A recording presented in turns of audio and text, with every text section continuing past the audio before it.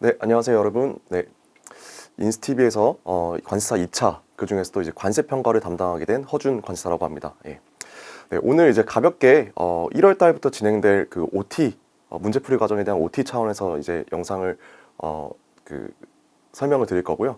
그 전에 우리가 첫 시간이다 보니까 관세평가 과목에 대한 소개, 그리고 우리가 관세평가를 어떻게 공부해야 되는지도 간략하게 말씀을 드려보도록 하겠습니다. 자, 오늘 OT는 이 순서로 이제 진행을 할 예정이에요. 관세평가에 대한 과목을 소개하고요. 그 다음에 공부법에 대해서 간단히 말씀드리고 우리가 1월부터 진행될 문제풀이 과정을 어떻게 진행할 건지 말씀을 드릴 예정입니다. 그리고 마지막으로 가장 중요한 사항들, 제가 이제 시험이 한 6개월 정도 남아 있는데 시험 날까지 있어서 여러분들에게 가장 중요하다고 생각되는 부분들에 대해서 한번 말씀을 드려보도록 하겠습니다. 자, 먼저 이제 관세평가에 대한 과목 소개입니다. 관세평가는 어떤 과목인가요? 여러분들 이미 아시겠지만 과세 가격을 정하는 과목이 이제 관세평가입니다. 여러분들 지금 우리가 결과적으로 산출해야 되는 게 이 관세액인 거죠. 관세액은 어떻게 산출돼요? 과세 가격에 관세율을 곱해서 이제 관세액을 산출하게 됩니다. 관세율 같은 경우는 여러분들이 어떤 과목에서 배우시죠?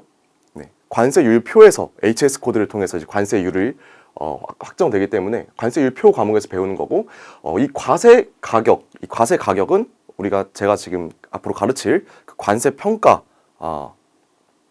과목에서 이제 과세 가격에 대해서 공부를 하게 되는 겁니다.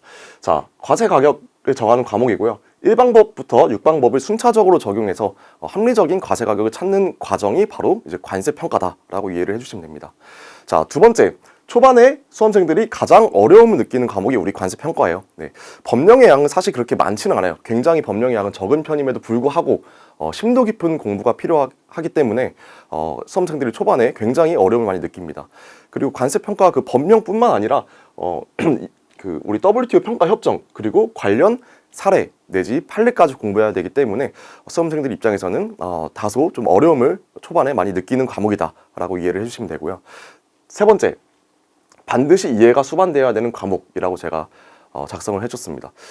사실 우리 관세사 시험 다른 과목, 일부 과목에 있어서는 사실 암기만으로 어느 정도 7, 80% 이상이 커버가 되는 과목도 분명히 있어요. 그렇지만 우리 평가는 절대 그런 식으로 접근해서는 안 된다. 반드시 이해가 수반이 돼야 되고요. 평가 판단 및 그 근거를 논리적으로 우리는 서술을 해야 됩니다.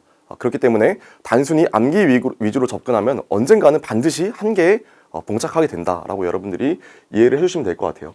우리 그 근거들을 하나하나 다 써줘야 되기 때문에 반드시 암기뿐만 아니라 이해가 돼야 되는 거고요. 이 근거가 사실 여러분들의 배점 포인트이기도 합니다. 자, 그리고 마지막으로 이론과 사례를 같이 이제 함께 학습해야 되는 과목이에요. 법령이나 이론뿐만 아니라 다양한 사례에 대한 이제 관세평가 처리 방안에 대해서 여러분들이 학습을 하셔야 되고요. 이때 수험 목적에 맞는 접근이 굉장히 중요합니다. 뭐 일부 판례 같은 경우에는 분명히 의미가 있겠지만 우리 수험생들의 그 수험 목적상 맞지 않는 판례들도 굉장히 많거든요. 그렇기 때문에 여러분들이 뭐 판례를 직접 찾아서 뭐 공부를 하시기보다는 강사가 선택해서 가져오는 사례들 위주로 수험 목적에 맞게 공부하는 것이 굉장히 중요하다라고 말씀드릴 수 있을 것 같습니다. 자, 다음 관세평가 공부 방향성입니다. 네, 일단 1번 단계적 학습이라고 되어 있는데요. 아까 잠깐 말씀드렸지만 우리 그 법만 공부해서는 안 되죠. 이론과 법령뿐만 아니라 WTO 평가 협정, 그리고 사례를 한꺼번에 공부하는 데는 한계가 있을 것입니다. 그래서 법령 먼저 보고 협정, 그 다음에 마지막으로 이제 판례, 사례 순서대로 이제 단계적으로 이제 학습을 하는 것이 굉장히 그 수험 공부하시기에 용이할 것이다라는 거고요. 두 번째는 법령 암기는 기본이자 필수라고 적어두었는데 최근 출제 경향으로 봐서 단순 법령 서술 문제들이 꽤 많이 나오고 있거든요. 물론 올해 시험은 좀 예외이지만 그 최근 한 5년 출제 경향으로 봤을 때는 법령 서술 문제들이 비중이 굉장히 높은 상황입니다. 그래서 법령 암기는 기본이자 이제는 필수이다. 특히 법, 시행령, 시행규칙, 그리고 관세평가 운영에 관한 고시의 틀을 잡고 공부하는 것이 굉장히 중요합니다. 그래서 제가 이제 제 법령집이에요. 제 법령집을 한번 그 예시로 가져와 봤는데, 뭐 생산지원 비용 같은 경우에는 뭐 관세법 30조 1항 3호에 규정이 되어 있고요. 3호에 이렇게 규정이 되어 있고요. 일반 법령집 같은 경우에는 굉장히 가독성이 안 좋습니다. 그래서 이게 뭐 뭐 시행령으로 위임한 부분을 또 찾으려면 또 한참 걸리고요. 시행령에서 또 시행 규칙으로 위임한 부분 찾으려면 또 한참 걸리고요. 그래서 제가 어떻게 법령제를 구성했냐? 이렇게 색깔로 표시를 해둔 부분이 있어요. 예를 들어서 초록색, 해당 수입 물품의 생산.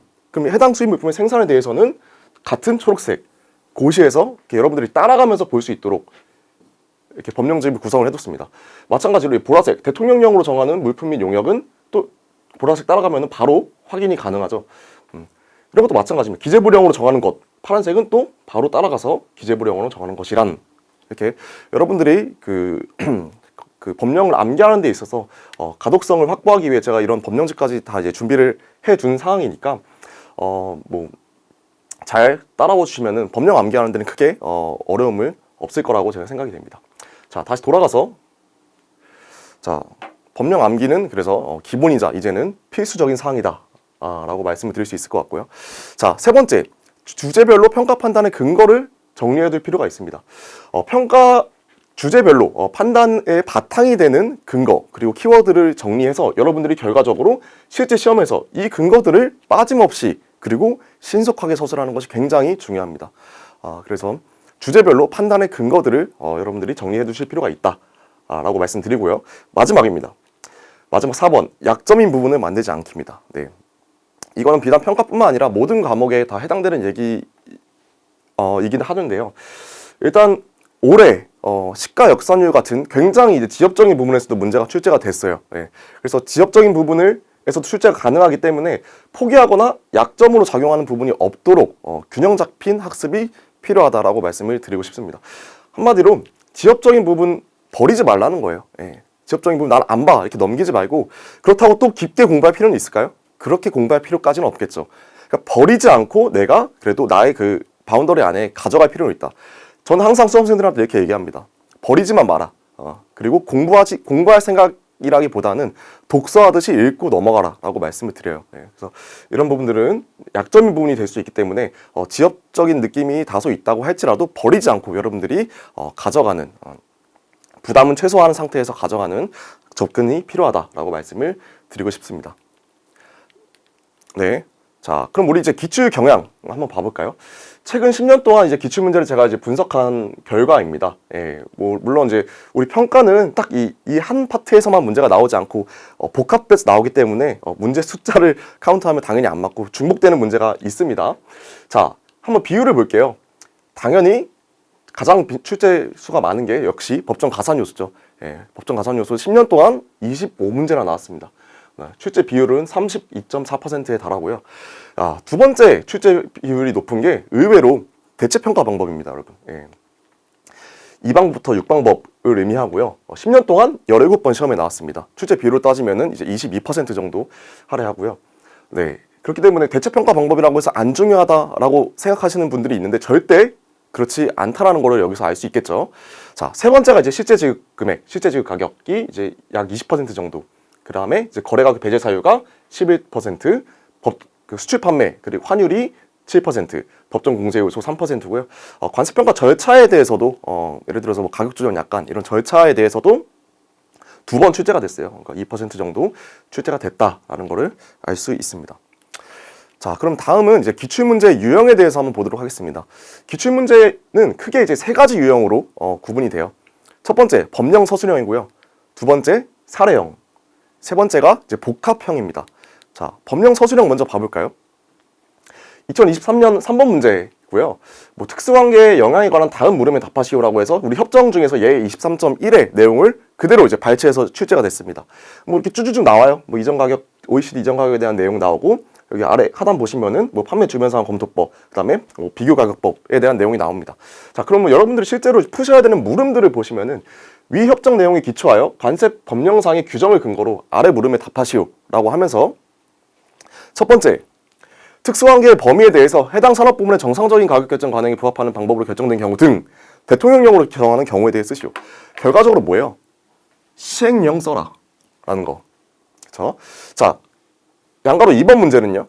판매 주변 상황 검토에 의한 특수관계 영향 판단을 5가지만 쓰시오.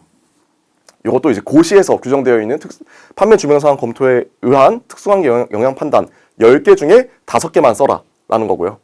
자, 3번은 비교 가격 산출의 기준 시점. 그리고 비교 가격에 의한 특수관계 영향 판단. 이거 뭐예요? 우리 다 시행 규칙에서 규정되고 있는 내용들이거든요. 그러니까 이런 문제는 사실 뭐 지문을 협정해서 가져왔다라고 하지만 사실상 단순히 법령을 서술해라라는 문제입니다. 자, 물음 2번도 볼게요.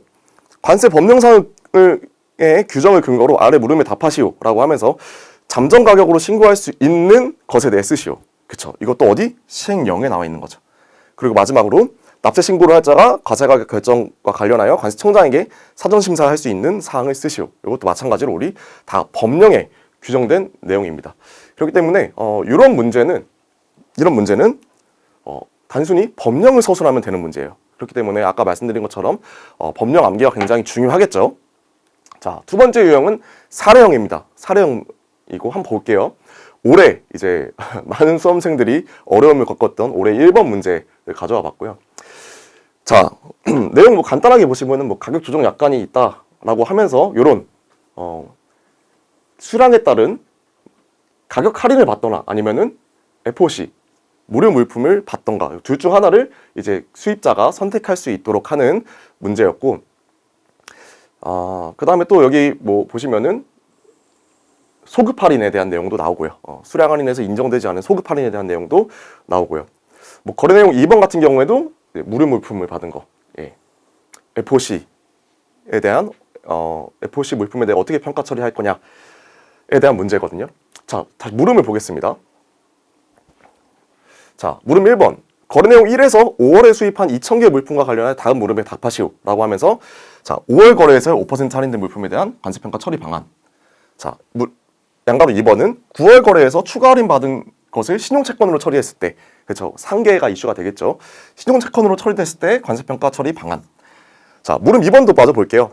거래 내용 1에서 9월에 수입한 4,000개 물품의 관세평가 방안. 물음 3번도 거래 내용 2에서 무료로 받은 300개 물품에 대한 관세평가 방안을 쓰시오 라고 되어 있습니다. 자, 아까 우리가 좀 전에 봤던 법령 서술형 이 문제랑은 전혀 느낌이 다르죠. 어떠한 법령에 대해서 써라 라기보다는 이 사례를 분석하고 이 사례에 대한 관세평가 처리 방안을 써라가 이 포인트입니다. 그렇기 때문에 당연히 여러분들이 서술함에 있어서 법적 그 근거로서 이제 법령의 일부가 들어갈 수는 있겠지만 이 문제는 결과적으로 뭐다? 사례를 분석하라라는 문제다라고 볼 수 있습니다. 자, 마지막 세 번째는 복합형입니다. 2023년 1번 문제고요. 네. 뭐 운임보험료 쪽에서 문제가 출제가 됐었어요. 뭐 보시면 운임보험료가 얼마 정도 이렇게 발생이 됐다. 뭐 환율이 얼마다. 그다음에 공선 회조료가 발생이 되었다라는 거고. 뭐 거래 내용 2도 원래 선박으로 수입하기로 했는데 항공으로 변경됐을 때 어떻게 해야 되냐라는 거. 그다음 거래 내용 3번도 뭐 CRC, 그다음에 ECRS 이런 부분, 그다음에 CIS 이런 비용들 어떻게 평가 처리할 거냐에 대한 문제였고요. 물음들을 보시면은 거래 내용 1에서 선박회사에게 지급하기로 약정한 공선 회조료의 관세평가 처리 방안. 이거는 어디 규정되어 있냐면 우리 고시에 규정되어 있습니다. 그러니까 이것도 고시 규정을 써라라는 내용이고요. 그 다음에 위 수입 물품의 과세 가격을 정하라. 위 수입 물품은 거래 내용 1에 대한 수입 물품을 말하는 거겠죠. 그렇기 때문에 일단은 법을 쓰고 그 다음에 이 사례를 분석해라. 그 법과 사례를 동시에 써야 되는 복합형 문제라고 볼 수가 있겠습니다. 물음 2번도 마찬가지예요. 거래 상황에 대해서 관세 법령상 항공 운송 수입 물품의 운임 결정 규정에 관한 쓰시오. 그렇죠? 법령 서술 문제고, CRC, CRS, ECRS, CIS 요거는 어떤 문제냐면 우리가 사례 문제입니다. 사례 문제가 뭐냐면은 이거는 사실 유권 해석 사례가 있어요. 여러분들이 이제 공부하실 사례 중에 당연히 포함되어 있는 그 유권 해석 사례에 대한 문제가 출제된 거고요. 그렇기 때문에 요 문제 같은 경우에는 법을 쓰는 내용도 나오고, 그다음에 사례를 분석하는 내용도 나오고, 우리 기존에 나왔던 유권 해석 사례에 대해서 서술하라는 내용도 나오는 겁니다. 그렇기 때문에 이제 복합형이라고 볼 수가 있겠죠. 자, 이렇게 해서 우리 기출문제 유형 이렇게 크게 세 가지로 나눌 수 있다까지 살펴봤고요. 물음의 예시들입니다. 뭐 제가 역대 이제 10년치 출제된 물음들을 이렇게 다 정리를 해뒀어요. 뭐 가장 중요한 생산 지원비와 권리 사용료까지만 이제 각 발췌해서 가져왔는데, 뭐 2015년, 뭐 18년, 2018년, 2019년, 2020년 거의 매년도 출제가 되고 있죠. 이렇기 때문에 여러분들이 실제로 이제 맞닥뜨려야 될 물음들을 한번 이렇게 싹 정리해준 자료도 제가 여러분들에게 제공할 예정입니다. 자, 그러면은 이제 우리가 문제를 살펴봤죠. 우리 유형도 살펴보고 물음들도 살펴봤습니다. 그러면 이제 1월부터 진행될 이제 문제풀이 과정은 도대체 어떻게 진행될 건지에 대해서 제가 설명을 드리도록 하겠습니다. 자, 첫 번째 이제 문제풀이 과정의 필요성이에요. 여러분들 앞서 본 문제들 딱 맞닥뜨렸을 때 어떻게 좀 푸실만 하실까요? 처음에는 굉장히 당황스러울 수밖에 없습니다. 그렇기 때문에 뭐가 필요할까요? 그렇기 때문에 연습이 필요한 거겠죠. 그 연습을 우리가 이제 문제풀이 과정에서 다 진행을 할 거예요. 자, 왜 필요한지에 대해서 한번 말씀을 드려보도록 하겠습니다. 1번, 적응력 및 대응력의 향상이다. 그렇죠. 관습평가는 일단 다양한 문제를 접하면서 문제에 대한 적응력 그리고 대응력을 높이는 것이 굉장히 중요합니다. 적응력과 대응력을 향상시켜서 이제 문제에 대해서 이제 자신감을 확보해서 어떠한 문제가 나와도 한마디로 이렇게 위축됨 없이 자신감을 바탕으로 해서 답안을 자신 있게 서술해 나가는 게 굉장히 중요하겠죠. 그래서 우리가 문제풀이 과정을 통해서 문제들에 대한 적응력과 대응력을 향상시킬 수 있다라고 말씀을 드리고 싶고요. 두 번째는 본격적인 모의고사 과정 전에 문제풀이에 대한 감각 형성입니다. 여러분들이 아무 연습 없이 모의고사를 100점짜리 100점 100점의 모의고사를 보시면요. 당연히 당황할 수밖에 없겠죠. 당황할 수밖에 없으실 거고 그러면 점수가 당연히 낮게 나오겠죠. 그렇기 때문에 낮은 점수로 인해 가장 중요한 여러분들의 멘탈에 영향을 줄 수 있습니다. 그렇기 때문에 문제풀이 과정은 예방접종 같은 차원에서 반드시 필요하다라고 보면 되고요. 자, 모의고사 전 문제풀이에 대한 감각을 형성해서 이제 모의고사에 대한 이제 거부감을 좀 낮출 수 있다. 그렇기 때문에 문제풀이 과정이 필요하다라고 말씀을 드릴 수 있을 것 같습니다. 자, 다음 그럼 문제풀이 과정은 어떻게 진행할 건지에 대해서 말씀을 드릴게요.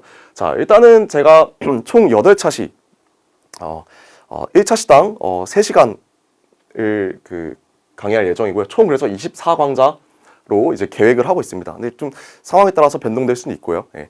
그리고 이 과정 자체는 수강생이 직접 답안을 작성해서 문제에 대한 적응력을 높이는 등 답안 작성을 본격적으로 시작하는 단계라고 여러분들이 봐주시면 될 것 같아요. 그리고 주제별 이론에 대해서도 빠르게 복습하고 WTO 평가협정 그리고 주요 판례까지 제가 이 문제풀이 과정에서 다룰 겁니다. 그래서 여러분들이 단순히 그냥 문제만 풀고 해설만 해가는 강의가 아니라 문제 풀고 그걸 바탕으로 한 해설, 문제에 대한 해설 그리고 여러분들이 이제 많이 까먹으셨을 거잖아요. 그래서 그 까먹은 부분들을 메이크업하기 위한 그 주요 이론 그리고 평가협정 판례까지 한꺼번에 압축해서 다루는 과정이다라고 이해를 해주시면 될 것 같아요. 자, 그래서 교재는 일단 50점 하프 모의고사 제가 배포해 드릴 거고요. 그 다음에 뭐 이론이나 WTO 평가협정 사례는 핵심 정리 프린트로 이제 수업을 진행할 예정입니다. 자, 수업 진행 방식은 수업 전에 여러분들이 하프 모의고사 푸셔야겠죠, 그렇죠? 여러분들이 먼저 사전에 총점 50점짜리의 배점의 하프 모의고사를 직접 작성을 해보시고요. 그럼 저는 어떻게 할까요? 저는 1교시에 하프 모의고사에 대한 해설 진행하고 2교시, 3교시는 핵심 이론, WTO 협정 그리고 판례 정리에 대해서 이제 강의를 할 계획입니다. 자, 그럼 여러분들은 이제 이 문제풀이 과정을 어떻게 활용하셔야 되는지에 대한 얘기인데요. 강의 수강 전에는 각 주제에 대한 이론 그리고 관련 법령을 반드시 예습을 하시는 게 좋고요. 강의 수강할 때는 뭐 하프 모의고사를 여러분들 직접 풀어보실 거니까 실전 감각이 당연히 올라갈 거고 그 다음에 핵심 정리 프린트를 통해서 핵심 내용을 반복해서 제가 학습을 해드릴 겁니다. 마지막으로 관습평가 주요 사례랑 판례까지 다 다룰 예정입니다. 그리고 강의가 끝난 뒤에는 직접 그 첨삭한 답안지를 바탕으로 이제 부족한 부분을 확인하고 보완하시면 되고요. 그리고 강의에서 다룬 사례 그리고 판례들을 복습하셔서 관습평가적 사고력을 좀 증진시키는 게 좋겠다라는 내용입니다. 자, 여기까지 해서 이제 뭐 문제풀이 과정에 대해서 어떻게 진행될 건지까지 여러분들이랑 함께 말씀드려봤고요. 자, 마지막으로 가장 중요한 사항들에 대해서 말씀을 드려볼게요. 이 가장 중요한 사항들이 뭐냐? 이제 시험이 앞으로 한 6개월 정도밖에 안 남았습니다.